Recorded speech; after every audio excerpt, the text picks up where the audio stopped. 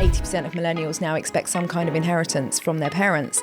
And, more than 50% of first-time buyers are only able to get on the housing ladder with the help of mum and dad. It's impacting families, it's impacting relationships, it's impacting friendship groups, and we don't talk about it. We don't talk about money, but what's more is we definitely don't talk about it if we didn't earn it. Marry a guy in finance. It's actually not the right advice. It's marry the guy whose dad worked in finance. The entrepreneur is the new rock and roll star.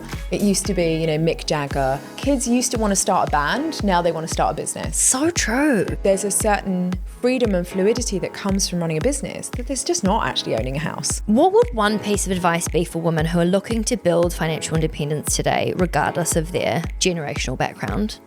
So a couple of things. Dr Eliza Filby. Now, we have been stalking you for at least 12 months. Your content has been popping up everywhere. Podcasts you've been on, research that you put out. Our whole team absolutely loves the work that you do. So we're really grateful to have you here today. Ultimately, you talk about, in this book, but also in your research and your content and other platforms, you talk about inheritance, privilege, family money, all things that make people squirm in their seats. Money in general makes people so uncomfortable, but this layer of wealth and money seems to make people feel even more uncomfortable. And I'd love to know what your reactions have been to this book, or how people respond when you talk about this, and why you think it's so much harder for us to get around these types of conversations rather than just normal money salary conversations. Oh gosh, there's so many questions there. So I think I should start with the book's title is Inheritocracy. It's time to talk about the bank of mum and dad, because I'm fully aware that no one talks about it, right? And it varies across different geographies. I did some work in the States promoting the book, and there they have a much more open dialogue when it comes to money, much more assertive publicly that, building generational wealth is something to be proud of, should be an aspiration. In the UK, it's nah. That's so funny, isn't it? Nada. And it's a consequence of our history, right? What's our great cultural export is Downton Abbey. We still very much obsess about those sort of 19th century, 20th century sort of aristocratic dramas. Most great 19th century novels are about inheritance or the loss of inheritance. And so our historic relationship with inheritance and money is one that we've concealed in history and like to think is no longer part of our cultural present, right? And there's this idea that we used to be an aristocratic country, but now we're very much a meritocracy. And I think what I wanted to expose was actually this evolution of the bank of mum and dad that wasn't just aristocratic. Actually, it had permeated the economics of society and most families. To the extent that 80% of millennials now expect some kind of inheritance from their parents. And, more than 50% of first-time buyers are only able to get on the housing ladder with the help of mum and dad. We're seeing the largest transference of wealth down the family tree from baby boomers, mostly to millennials, that is not just, aristocratic. It's impacting families, it's impacting relationships, it's impacting friendship groups, it's impacting economics, it's corrupting the housing market, it's, impacting education system. There's all sorts of ways that the bank of mum and dad is playing a huge role.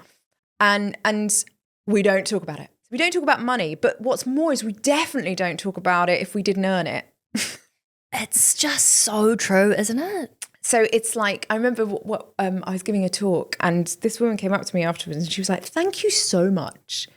Thank you so much for helping me understand why, when I hit my 30s, literally within my friendship group, houses started falling from the sky 100% into people's laps without them saving a dime, and it being this huge division within our friendship groups and the definer actually of that decade. And it makes you feel so shit when you have no idea how people are doing that, and all you see is the for sale sign and people standing in front of it taking photos, and you just think, how on earth did you get a deposit together when I try so hard to be clever with my money? How have they all done that and I haven't? Right. And I think it's also the and we can talk about this for sure, is that the economy of buying a house has fundamentally changed, and that makes it really difficult to do it without that. So it's not just that people are getting some help; it's that those that don't have help can't actually do it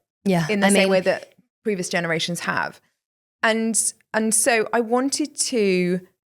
like talking about difficult things, and I grew up in a household where everything was quite unfiltered.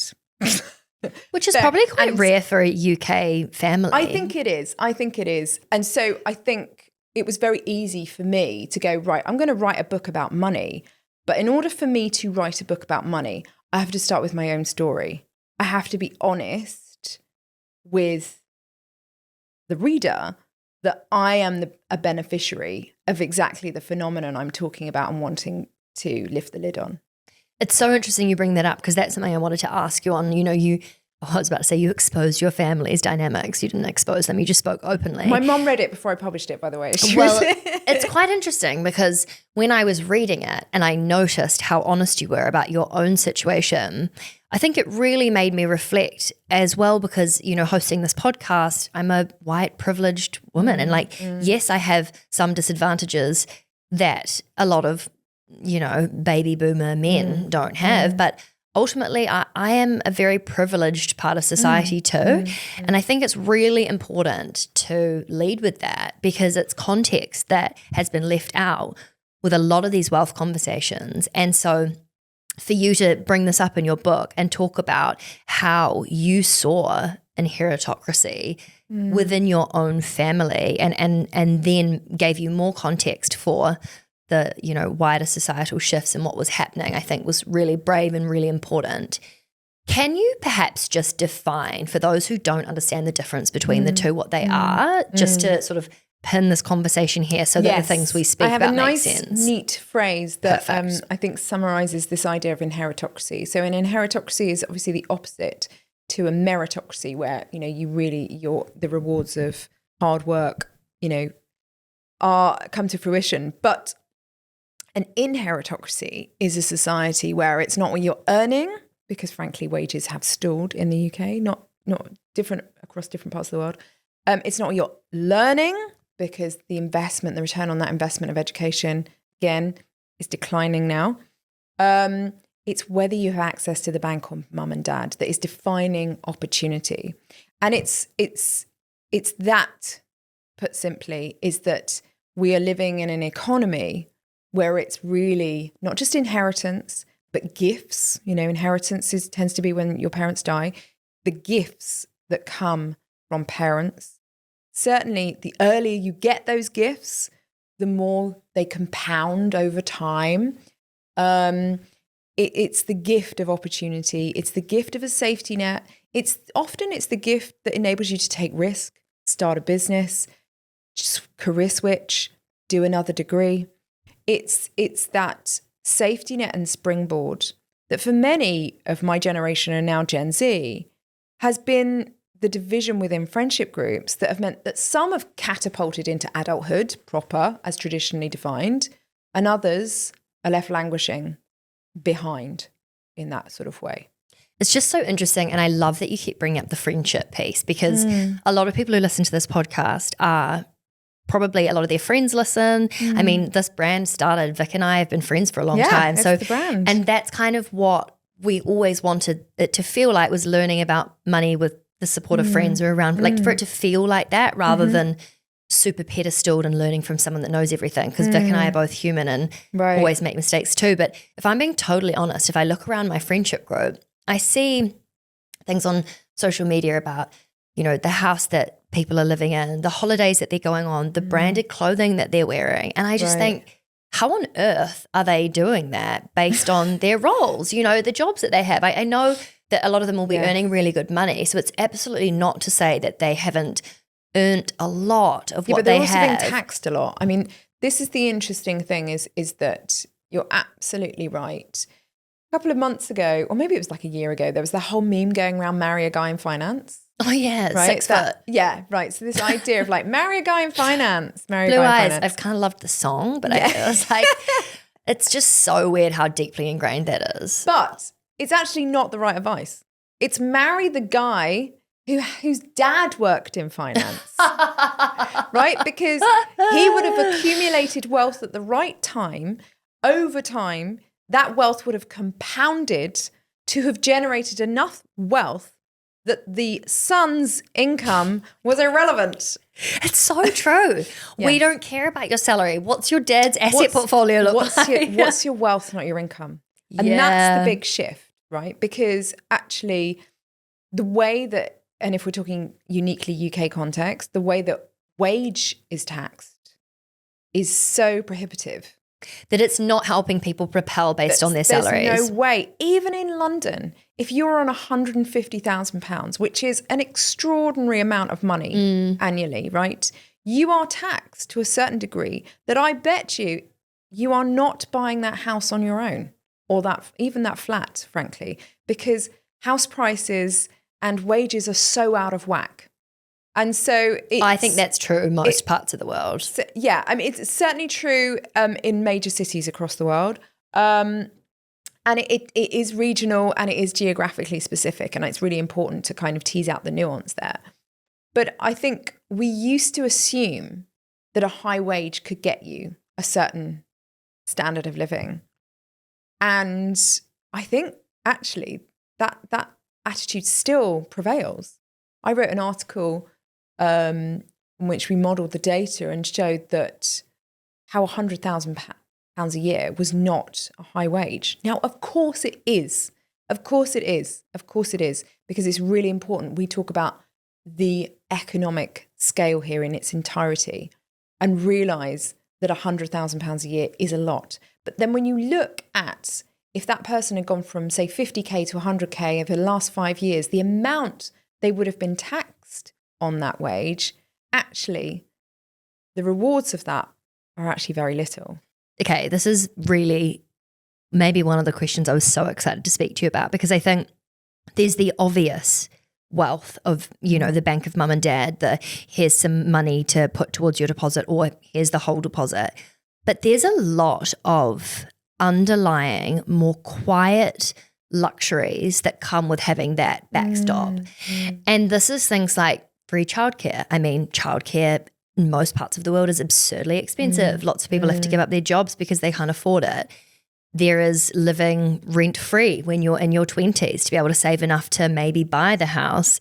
There is so many things that I think are underestimated when it comes to the privilege of being in a space that allows you to be propelled forward from a personal and professional standpoint. What do you think, or how do you think that these are so underestimated, and how do you think that we could perhaps understand better the way in which that then changes people's life or trajectories while understanding, it's not just the money handout, it's all these other elements that are playing into it. The whole ecosystem. Yeah, absolutely. And I think that it's also not just about housing, which is the conversation that inevitably comes up when you talk about the bank of mum and dad. It's education. You know, who graduates without debt? Who has, like you say, the ability to do an internship for free? Or who has the ability to live in a big city rent-free? Who has the ability to go to certain events, network with certain people, have lunch with certain people in their industry and naturally just kind of seamlessly flow into that industry?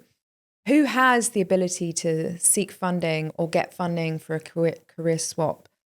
Who has the ability to become a first-time buyer of a flat and then upgrade that flat to a small house and then upgrade that small house to a bigger house, right?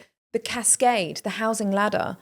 It's no longer a ladder, it's a leap for anyone else that doesn't have that help, right? It's a long jump, yeah. So it plays out in so many different ways. And I think, by the way, it's worth saying, as a mother of two, if I can help my kids, I'm going to help my kids, right? It's a natural human instinct to want to elevate, create safety, protect, project your offspring into the world. And so this is why it's so difficult, really, to talk about, because it's not this evil capitalist system that we just kind of like bash, you know, like the bankers or the 1%. It's a economic force that stems from love, sometimes control, right? but we can talk about that if we want to talk about that. But and it's also, you can't assume it. What's fascinating to me is the people I spoke to in the book that you'd assume they had family wealth, but didn't. Maybe their dad and mother had got divorced and their dad had got remarried and his dad had some children, and then it was actually all the money went on the second family. Or there are a number of people in the UK, for example, that are very asset rich. You know, the parents had a big house, but the parents had no money. So asset rich, cash poor, which there are actually quite a significant amount of baby boomers who live in, you know, multiple bedroom houses, but have no cash to release to help their kids. So or, you know, those with multiple degrees, you may assume that those degrees were paid for by their parents, but actually no. And actually, so the real story within the book is not so much just that divide between those that have the bank of mum and dad and those that don't. It's those that get it early, those that get it, you know, sort of guilt-free, those where there's no strings attached. There's so many different sort of nuances to the story because every family is different, right? Every family is different. And it doesn't naturally concur that, and my family is a really good example of this, is just because you're middle class that you've got the bank of mum and dad. For every family, there is a different story about this. You could be from a working class family, but your parents, you know, bought 2 houses, sold one, did one up, and they have, you may not have got a degree, but your bank of mum and dad means that you're now on the housing ladder. You could be, you know, from Scotland, where still first-time buyers are more likely to have done it on their own than with their parents. Huge difference from London, and not need the bank of mum and dad. You could be, you know, someone that studied a STEM subject and is in a partnership with another STEM person that's in STEM industry, and you haven't needed the bank of mum and dad because although you work in London, you actually live 100 miles outside of London. So the thing about the inheritocracy, it's not that everyone's screwed if they don't have the bank of mum and dad, is that if you do have it, you can take more risks, you can have more opportunities, you have the gift of time, and you have the safety net when things go wrong. And I try in the book to illustrate examples where those that didn't have the bank of mum and dad, or those that weren't obvious banks of mums and dads, that they have their own story as well and are part of this bigger economic narrative. I think it's really interesting. Vic and I we both have the bank of mum and dad. We're both, you know, would we say working middle class? I mean, I actually kind of get a bit confused with the different I love terminology. working middle class. Do we claim that? I'm unsure. I would say, are you stable middle class or lower middle class? God, I have no idea, So honestly. lower middle class, I would say was your parents first gen university students? No. First gen. Yes, because my grandma wouldn't have gone to university. Yeah. Right. So no, my grandma had a house. Your grandma had a house. Yeah. So I'd say you're firmly middle class. So, and I would say probably Vic is quite similar. And I think what you just shared. But you're talking about New Zealand, right? So that's a completely different housing It's so market. different because New Zealand and Australia are such young countries. We don't have that intergenerational long-term wealth that's accumulated over hundreds of years. But, you know, also for both Vic and I, some of our family did come from the UK. So kind of there is that connection. But I think what is really interesting is the emotional, social relationships that come with this support system. I mean, my mum, I tried desperately when we started the curve for her to let me live in her outhouse and she just wouldn't let me.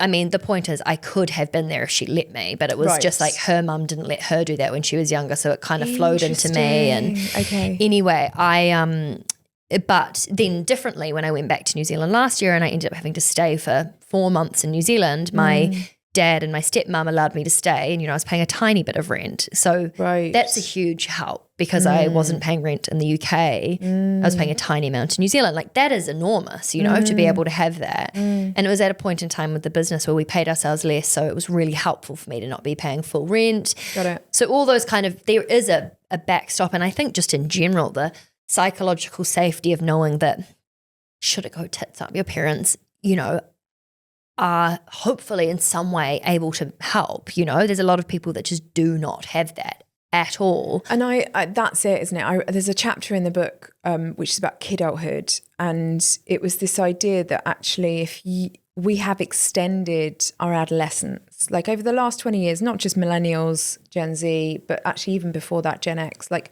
we're taking longer to grow up than our parents did and grow up in that traditional way of the age at which we have single, going and living with my parents. Like my mum had a 4-year-old and was married and was, I mean, totally different child adult over here. Totally different architecture of that first sort of third of life. And the thing I point out though is that when you're in your 20s, life's, classically quite messy and you don't quite know who you are yet, and you're still sort of like literally sort of finding your way. And I remember this very sort of sense that when I graduated university, we were all broke, always broke. I was always cashing checks where there was no money in the bank, right? I was always broke. And everyone kind of was. You felt like everyone was kind of broke. Yeah. But there was only so far I could fall before I got bailed out, right? And I did get bailed out. Right? The amount of times. Now, it started to, this is where I think, like, that's where I said your 30s is this great dividing line. And it's not just, whether you have the bank of mum and dad, it could be potentially if you've got children or not, or, you're living are you on the professional track or not? You start kind of moving in one direction and perhaps in the way that your other friends move in other directions. But I do remember this sort of sense of those that couldn't fall had a drive, had a focus, and had a sense of urgency. And quite often they were supporting their parents. The money was going up the family tree, not down the family tree. They tended to go in quite traditional professions. I was fanning around going to libraries and trying to be an academic. Around. No, but like, honestly, it was an indulgence. Had I had to fund my parents, I would not have done that. I would not have made that choice. I wouldn't have had that luxury of choice. You would have tried to be a lawyer, a doctor, anything that is a tried and true, I will be paid, 100%. A paycheck that makes sense. I remember when I was at university, there was a real divide between who had to work and who didn't in term time, right? It's changed now because the cost of education has changed. There was a real divide between who had to work during the holidays and who didn't, right? That was me. I had to work. My parents were like, you have to work during the holidays. You don't work during term time, but you have to work in the holidays. And then there was a massive divide, and there were people that didn't have to work in the holidays, right? Then there was a massive divide between those that graduated with no debt and those that graduated with some debt and those that graduated with a lot of debt. Mm-hmm. Now, actually, that's evened out somewhat because more and more people are graduating with a lot more debt. But having said that, there is there's a real sort of, like you say, it's quiet. But once you start to sort of realize it, you realize who has that safety net and who doesn't. And some parents don't offer that safety net deliberately. I was interviewing someone for the book who he had quite a wayward 20s. He'd ended up on the streets in London, got into drugs. And, he said, I was always letting my parents down. And they were, increasingly frustrated with me. But gradually sorted himself out and wanted to buy a flat in London. His dad was like, I will lend you the money for the deposit, but you're paying me back with interest, right? So, and he said to me, I didn't just have the bank of mum and dad. It was actually a bank. My bank of mum and dad came with interest, and I have to sit around the dinner table with them every Sunday. I'm not defaulting my parents. I have more of an obligation to pay them in a way that I wouldn't actually were an actual bank. And his dad put constraints on him because he wanted to teach him about money and responsibility. And so I think there's a really interesting sort of lesson there is like, what is too much money from the bank of mum and dad that actually stifles ambition? One of the interviewees in the book was an actor who really throughout his 20s, his parents were like, do what you love, go and find and explore yourself, we'll fund it. And they funded basically a central London pad that he had access to. He was like, I never really had to work. This was like throughout his 20s. He'd gone to drama school. He was sort of, you know, if there's anything that gives, you know, I can do what I want at drama school. Right, and now he's in his mid-30s with a child, and he married someone who's super savvy with money and lived her life through spreadsheets and saved as much money as he got from his parents for the deposit for the house, right? She was literally, I think, he said she saved him. But what's fascinating is, I said, how do you feel about the money that your parents gave you in your 20s? And he was literally wanted to go there next, because I think there's so much guilt and shame that comes with that. He said, I knew that I was surrounded by people who didn't have this luxury, who were grafting as, you know, unemployed actors, going to auditions, but also like working in pubs, working in bars, doing things. And he was like, I reflect on that period and I just think, what a fucking waster. I really wish my parents hadn't indulged that. So interesting. Because now I just see it as wasted years. Now I see it as, I can't afford to give my son what my parents gave me because I wasted those years. I wish they'd put guardrails and boundaries on that. Now, what's fascinating is they were lawyers and they wanted him to pursue the passions that they had but were unable to. And it's, when it comes to parenting, quite often you want to give your kids everything you didn't have. And actually, sometimes that's not the best thing to do at all. It's so interesting. It's almost, this is a weird conclusion to draw here, but you know, if you've been in a, for example, a relationship that the person's just so kind, they're so kind, but zero spice, you break up with them and generally you go for the complete opposite, which is the spiciest, scariest fuckboy you've ever met, you know? Yeah. I think that this is quite similar where, you know, you are trying to fill the holes that were missing, but you forget the things that are good that you liked in that and you want to pass on or give to your children. Yeah. It's so interesting as well because you have kids and you came from privilege and having the bank of mum and dad. How do you look at your kids and think about, what do I want to pass on and how do I want to think about their bank of mum and dad and how they have access to privilege? Yeah, I mean, it's a conundrum I deal with every day and don't really have an answer to, and ask my kids in 30 years' time when I've properly fucked them up. I mean, I think the thing is, right, is that I grew up with a lot more opportunity than my mother did, and certainly my grandmother. And my daughter will hopefully, potentially, grow up with even more opportunity and freedom and less expectation on her than I did. However, one of the things that I worry about a lot is my kids have never been cold, really. You know, I didn't grow up with central heating. We had to light fires. You know, we eventually got central heating, but like, I remember being really cold growing up. They've never really had that. They've never had to wait for a TV program. I mean, like, let's get real here. They've had access to multiple channels, you know, the algorithm serving them or everything they want and need. My kids haven't, but that generation has grown up shouting at Alexas, you know, demands, and have Alexa, grown up. Play Baby Shark. Right. And so my kids have never been hungry. And I remember being like, that was a vivid memory in my childhood, being hungry. And I don't say that as a kind of like, woe is me and I'm overcompensating with my children by giving them everything they need and want.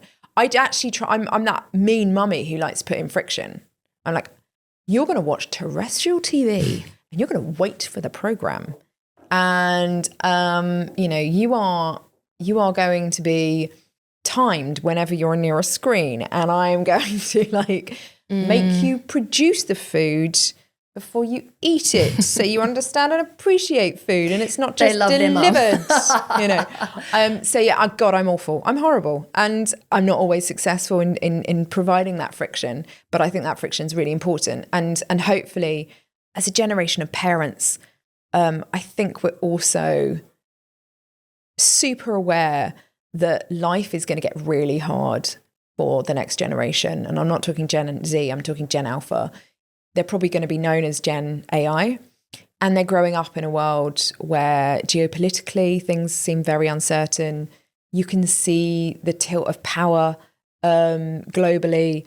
And obviously because of AI, you know, it calls into question how we learn, what we learn, and ultimately what we do.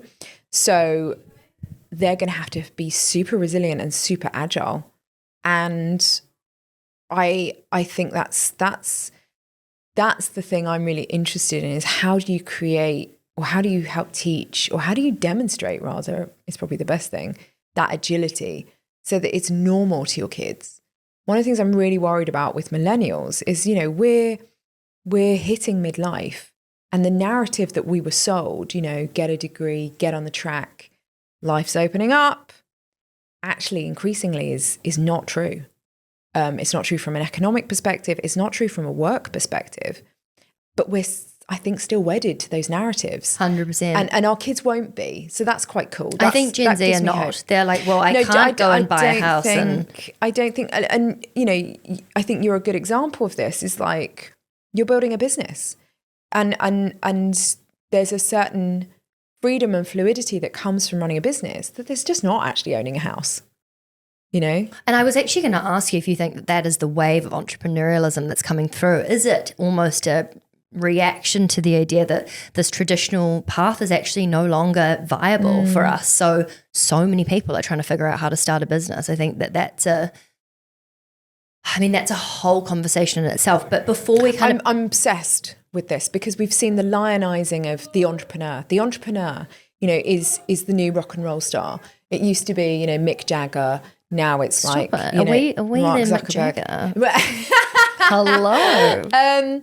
No, but you think about, like, kids used to want to start a band. Now they want to start a business. So true. You know, and I think there is a lionizing, a false lionizing of become an entrepreneur. Actually, most people don't want to be entrepreneurs. I also think it's so fake, the narrative that's sold online and what it's like to run a business. It's outrageous. But it's also you know, I run a business. I have a small team. You know, I hire people. I am acutely aware there's a huge difference between being a solopreneur and having a coterie of people that you work with, and being an entrepreneur where you are building a business, building a team, creating a product, selling the product. It's a very different dynamic. And I think people conflate the two. And actually, I think they're hugely different. They're hugely different. And I've gone from being a solopreneur, essentially selling my time, and being in control of my time, to being an entrepreneur where I'm hiring people to do that, to do the thing for me. And that's been a real journey for me, because I did the same thing. Yeah, and I wouldn't say I was a natural entrepreneur. I'm literally exactly the same. I feel like I sort of same. I'm curious and I sort of fell into it. But I do think there's a huge difference between running your own business as a freelancer almost who sells your time and actually building a team and growing something bigger. It's completely different. And it sells your time or sells your product, but essentially it's you, right? Yeah. It's essentially you pushing a car up a hill, and it's incredibly difficult. And the bigger you get and the more opportunities there are, you may just naturally sort of drift into being an entrepreneur. Going back to what will Gen Alpha do, I genuinely think that in the age of AI there are generalists, and that generalist is called an LLM. And we're all gonna have to kind of constantly outpace the LLM that's increasingly becoming the expert. And so we're going to have to constantly be curious and agile and intellectually sort of growing and enhancing our skills, but also selling our skills and selling them in a human-centric way that in the age of AI, the definition of human, definition of luxury, is anything delivered by a human. And what does that sort of human connection build, which is trust. And, the source of every business dynamic should be trust. So I'm thinking actually it's not just you want to breed a generation of entrepreneurs, you want to breed a generation that has great curiosity, great agility, great human skills, and great marketing skills, frankly, that can sell not just their product to someone they meet face to face, but sell it to the world. What would one piece of advice be for women who are looking to build financial independence today, regardless of their generational background? Because I think there's a lot of people that feel very trodden down and exhausted with the idea of trying to keep up with this invisible wealth line that is just being raised higher and higher with no conversation about where it's coming from. Whether people have access to it or not, Do you have any advice for women that are feeling just a bit lost in the current system right now? So a couple of things. I think it's really important to be financially independent and invest and get a grip on your finances. That is incredibly empowering. I think it's also really important if you are out earning your partner or are the breadwinner, recognize the consequences of that dynamic when you have children. I was the female breadwinner for a period of our marriage, and actually I really resented my husband staying at home and spending time with my kids when No, I totally get it. I think I would really be the same.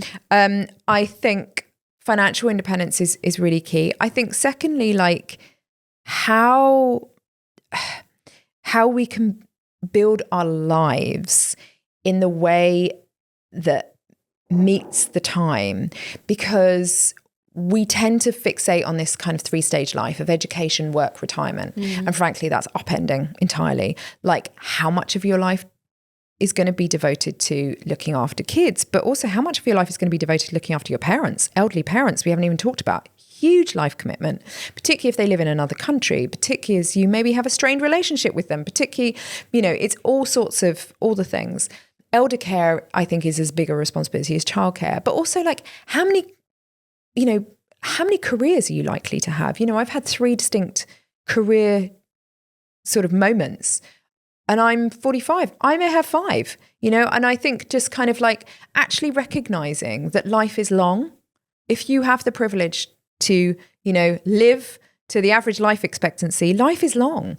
And I think a lot longer than men's, actually. And I think we as women have to not fixate on chasing milestones. And the same timeline you're seeing around you. The timeline and this kind of milestone culture. And actually, yes, there is a fixed timeline on fertility. And I think it's really positive that Gen Z are really kind of empowering themselves and finding out more and more about that, and, egg freezing and all of those kinds of things. And I think that is actually a really important difference from certainly when I was their age. But I also think that this race that we all feel that we're on, because we're all on bloody social media, checking other people's lanes, seeing what else is going on in their stories. Life is long, and we do have time, and this idea that we have to do things before we're 40 or do things before we're 30 or do things before we're 50 is actually bullshit. And actually we're living in a time, the real luxury of living in the 2020s is we are redefining aging. And actually not just aging, but the way that women age. And I'm not talking Botox here. I'm talking the fact that actually older women of Gen X and baby boomer generation are paving the way for a much more positive experience and empowering experience aging. I mean, I can't wait to kind of be in my my wisdom years, bestowing advice on who else needs some relationship advice here? But it's also like, I do believe the secret to good aging is remaining curious, remaining agile, and not thinking you know everything. And we've never had more and more of an opportunity to be that, do that, and live that. And that is a real privilege. And I think as much as it feels like everything's uncertain and difficult and challenging, I also think there's huge opportunities that we need to just embrace as women, and ultimately, of course, as families. I also think what you just said about redefining what life looks like after 30, because we've got to this time in, I guess, just life, and you think, oh yeah, everything from here is downhill. I'm uglier, I'm not married, I can't marry, I can't have children, blah, blah, blah. You're like this desert that is like all of a sudden worthless. And actually you're seeing that completely shift, and people no longer are thinking of someone that's over the age of 40 without kids, that they have surrounded by cat hair and are this like withering away sad mess. It's like, no, actually we can choose to not have kids if we don't want to. We are redefining what it means to have a life that is fulfilled over not just your first 30 years, but hopefully 80. Right. And I think that's a really inspiring like last thought. And I know that your cab is about to leave, so we must wrap this up, but thank you so much. And we will put all of the details for everyone that wants to find you on social media, online, all of your incredible books. And thank you so much for sharing your wisdom. Pleasure. It was such a pleasure to speak to you. Thanks. Thank you so much for listening to Raising the Curve. These conversations are designed to teach you everything you need to know to be better with your money, from saving to investing to talking with your friends about your salaries, all of that stuff. And if you like what you heard, we would love if you could please hit subscribe wherever you're listening and leave a comment. Let us know what you thought about the episode. And it only takes 1 second and it would really make our week, our month, our year. Yeah. So please do it. Okay. Love you. Bye. Okay, quickly. The Curve was created to empower and educate you about investing, but we are not financial advisors. Our platform exists for educational purposes only, and it doesn't provide personalized investing advice for your individual needs and should not be relied upon to make an investment or financial decision. And always remember to do your own research before making any investment or financial decision. We're here for any knowledge and support you need, but the final call is always yours. And thanks for being here. You got this. Yeah, we know you got this.